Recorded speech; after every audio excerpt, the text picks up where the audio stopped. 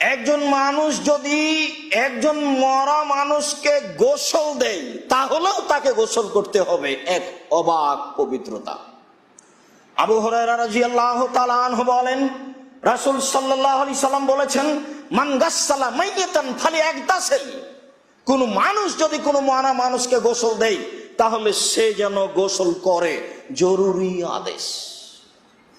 আমি একজন মরা মানুষকে গোসল দিলাম, আমাকে গোসল করতে হবে কেন? আমি কি করলাম? জীবাণুর কোনো ব্যাপার থাকতে পারে, যা আপনাকে আমি বহুদিন বলে এসেছি। রাসূল সাল্লাল্লাহু আলাইহি সাল্লাম ঘুম থেকে উঠে পানিতে হাত ডুবাতে নিষেধ করলেন। তিনি বললেন আগে হাত ধৌত করতে হবে, তারপরে পানিতে হাত দিয়ে অজু করতে হবে। এরপরে যখন অজু আরম্ভ হয় তখন প্রথমে হাত দুইটি কবজি পর্যন্ত ধোয়া হয়, এরপরে যখন কোনই পর্যন্ত ধোয়া হয় তখন আপনার আবার কবজি ধোয়াই পড়ে। এরপরেও পূর্বে তিনি হাত ধুইতে বললেন কেন? কবজি পর্যন্ত। কবজি পর্যন্ত ধোয়ার পরে পানি হাতে নিয়ে মুখে নাকে দিতে হবে, মানে প্রথমবার ধোয়ার পরেও জীবাণু হাতে থাকতে পারে, তাই অজুতেই প্রথমবারে এই কবজি পর্যন্ত ধুইতে হবে, তারপর মুখে পানি, তারপর নাকে পানি। আমি বুঝতে পারি আর না পারি। তাহলে একজন মরা মানুষকে গোসল দেওয়াচ্ছে যে তাকে গোসল করার জন্য রাসূল সাল্লাল্লাহু আলাইহি সাল্লাম আদেশ করেন। ইসলামে পবিত্রতার বিধান। যে ব্যক্তি মারা যাচ্ছে পরকালমুখী তাকে গোসল দিয়ে জানাজা দিতে হবে, তাকে গোসল দিতে হবে। যদিও শহীদ হয়ে গেলে তার গোসল নেই। রাসূল সাল্লাল্লাহু আলাইহি সাল্লাম বলেন যেই মারা গেছে তাকে গোসল দিতে হবে। উম্মু আতিয়া রাদিয়াল্লাহু তাআলা আনহা বলেন, দাখালা রাসূলুল্লাহ সাল্লাল্লাহু আলাইহি সাল্লাম আলাইনা ওয়া নাহানু নুগাসসিল ইবনাতাহু।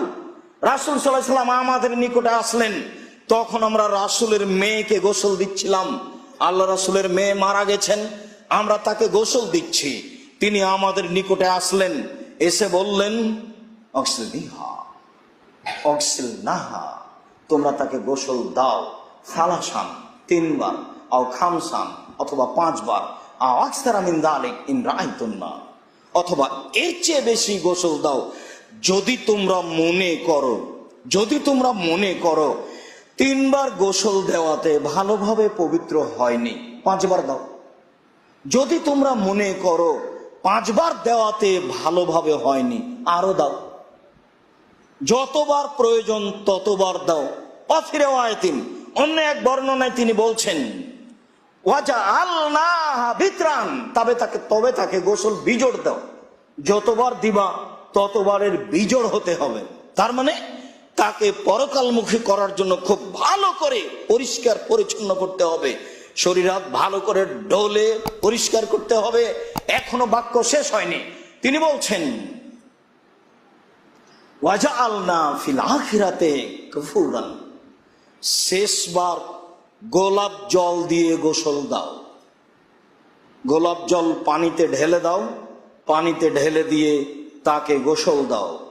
তারপরে বলছেন অবেমাইন সিদরিন, তাকে বড়য়ের পাতা দিয়ে পানি গরম করে গোসল দাও। তার মানে গোসলের পানির প্রস্তুতি দেখেন।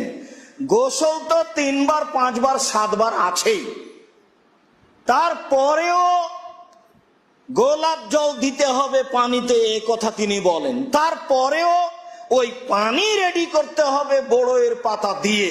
তার মানে বড়য়ের পাতা দিয়ে পানি গরম করলে শরীর বেশি ভালো পরিষ্কার হবে, যেমন এখন সাবান দিয়ে মানুষ ভালোভাবে পরিষ্কার করছে বলে মনে করে। তবে বিবরণে বোঝা যায়, হাদিস বুখারী মুসলিম, যে ভালো করে পরিষ্কার করতে হবে, এটাই মৌলিক লক্ষ্য। ইসলামের পবিত্রতা, পৃথিবীর সকল দিনই ভাই বোনকে ইসলামের পবিত্রতা ভালোভাবে গুরুত্ব সহকারে দেখার জন্য অনুরোধ জানাচ্ছি। একজন মরা মানুষকে, পুরুষ হোক নারী হোক, তাকে গোসলের বিধান কেমন হতে পারে তা স্পষ্ট দেখে নেন। 1450 বছর পূর্বে তিনি এভাবেই বলে গেছেন। এরপরে তিনি নীতিতে বলেন অবদানা বে মায়ামেহিন্না ও মাদিল ওজুহিন্না, তোমরা গোসল শুরু করো তার ডান দিক থেকে, তোমরা গোসল শুরু করো তার অজুর স্থান হতে।